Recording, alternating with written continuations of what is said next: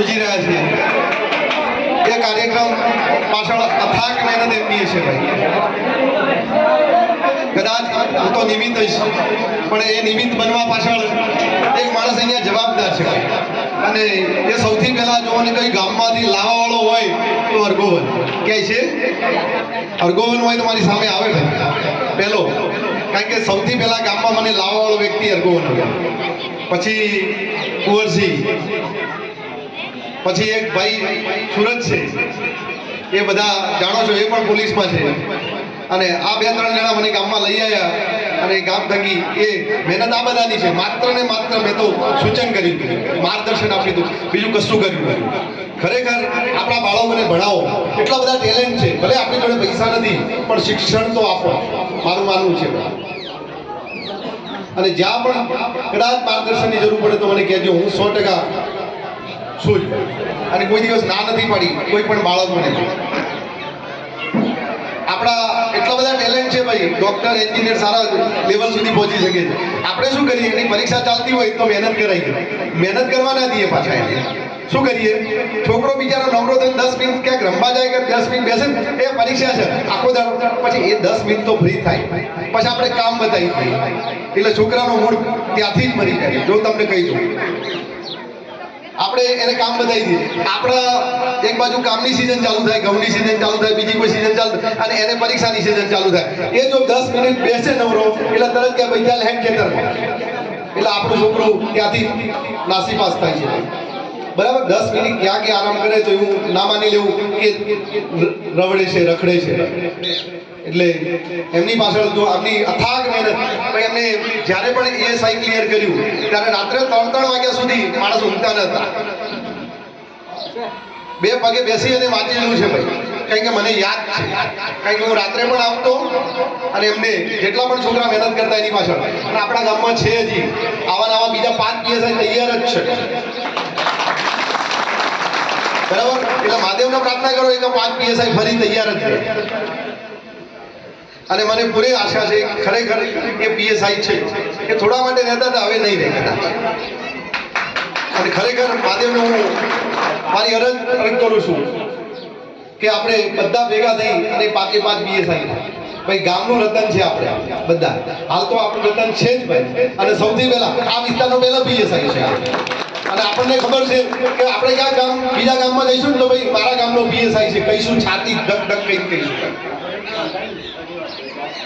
બરાબર, અને વડીલો માટે એને કેટલા અથાગ પ્રયત્નો કર્યા છે. આપણા ગામમાં કોઈ પીએસઆઈ હોય ભાઈ, આપણા ગામમાં કોઈ બને સારું. હવે તમારો પોતાનો જ પીએસઆઈ છે, હવે તમારી છાતી કેટલી ગદગદ થાય કે ના થાય તો.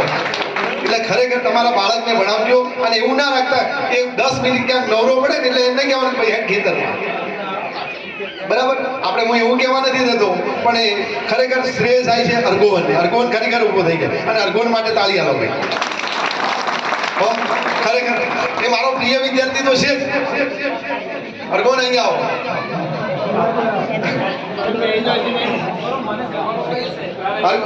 અર્ગોવન પહેલો વ્યક્તિ છે કે ભાઈ એ ગામને દિશા લઈ જવા વાળો છે ભાઈ.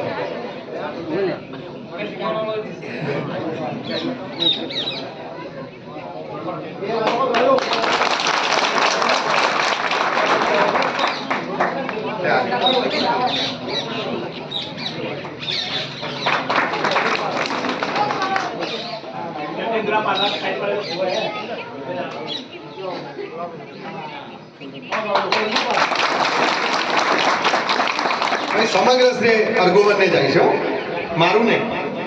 કે અર્ગોવન માટે તમે ફરી એકવાર તાળી પાડો. ખરેખર ભાઈ મહેનત આની છે, આ છોકરાની છે ભાઈ. મહેનત આ છોકરો ના હોત તો કદાચ આ ભાઈ પીએસઆઈ ના હોય. એટલે બધો શ્રેય આ ભાઈને જાય છે. ખરેખર સૌથી પહેલો ઉપકાર એનો માનવો કે મને લાવવાનો વ્યક્તિ જ હતો. બરાબર, હું તો દિશા ભણાવતો હતો ત્યાં આગળ આપણા સમાજના ક્લાસ ચાલતા હતા. પહેલી વાર મુલાકાત થઈ, સાહેબ ક્યાં રહો છો? હું સમો રહું છું. બરાબર, આપણે ગુજરાતના ગમે ખૂણે હોય પણ સમાજના હોઈએ તો આપણે કોઈ પણ મદદ કરી શકીએ. બાળક ગમે એનું હોય, ગમે જ્ઞાતિનું હોય, પણ હોશિયાર હોય તો એને કરાવજો. કદાચ આંગળી ચીડિયાનું પૂન પણ તમને મળી જાય. ભણ ભાઈ, આપણે કોઈ છોકરું ભણતું હોય ને તો કે ભાઈ તું હોશિયાર છે ભણ. એમ નહીં કહેવાનું તું રખડેલ છે, ભલે ઠોઠ હોય તો એવું કહેજો કે તું હોશિયાર છે. આલ્બર્ટ આઈન્સ્ટાઈને તો તમને એક વાત કરું, એટલો એના શિક્ષકે એક ચિઠ્ઠીમાં લખીને મૂકી દીધું તમારો છોકરો ભણવામાં ઠોઠ છે, આને નિશાળમાં કોઈ જરૂર નથી. એની માતાએ ચિઠ્ઠી વાંચી અને કબાટમાં મૂકી દીધી કે મારા શિક્ષકે શું લખ્યું કે તું એટલો બધો હોશિયાર છે ને કે તને શાળામાં તારા જવાબ કોઈને આવડતા જ નથી, તો આને અમે ભણાવી શકીએ એમ નથી, આટલો બધો હોશિયાર છે. વર્ષો વીતી ગયા, એના 60 વર્ષ થયા, એની મા મરી ગઈ, પછી પેટી ખોલી ત્યારે ચિઠ્ઠીમાં એવું લખેલું હતું આના જેવો ડપોળ કોઈ ન. જો એની માએ કીધું તું આવું કહી દીધું હોત તો, અને આપણી મા રોજ કહેતી હોય એટલે તને તો કોઈ આવડે, અલી તને તો કોઈ આવડે, આ શબ્દો હોય છે આપણા બધા, છે કે નહીં હોતા? આપણે છોકરાને વારંવાર ટોકશો નહીં, તને આવડશે, પ્રયત્ન કર, ખાલી આટલું કહો. આપણે આટલું કહીશું તો આપણો છોકરો આગળ જશે 100%. તમે 90%ની આશા ના રાખો, 75% વાળો ડોક્ટર બને છે, 90% વાળો ડોક્ટર બને કહેવાય તો ડોક્ટર જ. આપણું છોકરું જે ફિલ્ડમાં થવા તૈયાર હોય એ તરફ મૂકો ભાઈ. આપણે ઘણી વાર મૂકતા જ નથી. એને ભણવું હોય બીજું અને આપણે કહીએ બીજું કે ભાઈ પેલા છોકરો ડોક્ટર બને તું ડોક્ટર બન, પણ એ પીએસઆઈ બનવા લાયક હોય તો, આઈપીએસ બનવા લાયક હોય તો આવું થઈ શકે છે, સમજી લેજો. એટલે તમારા બાળકને એવું આવા ગામમાં બીજા 10 પીએસઆઈ બને અને આપણા ગામનું ગુજરાતમાં નામ રોશન થાય એવું છે. આર્મી તો છે જ આપણી જોડે ઘણી બધી, ઘણા બધા પોલીસમાં છે. એટલે આ ઉત્તર ગુજરાતમાં આપણું એક ખારેડાનું નામ અલગ કરી આવેલું છે, ખબર ન હોત કઈ પૂછે છે કયા ગામનું ખારેડા. એટલે આપણે ફરીથી આપણા બાળક પાસે મહેનત કરીએ અને આગળ જઈને એવું રાખીએ. ભારત માતા કી જય.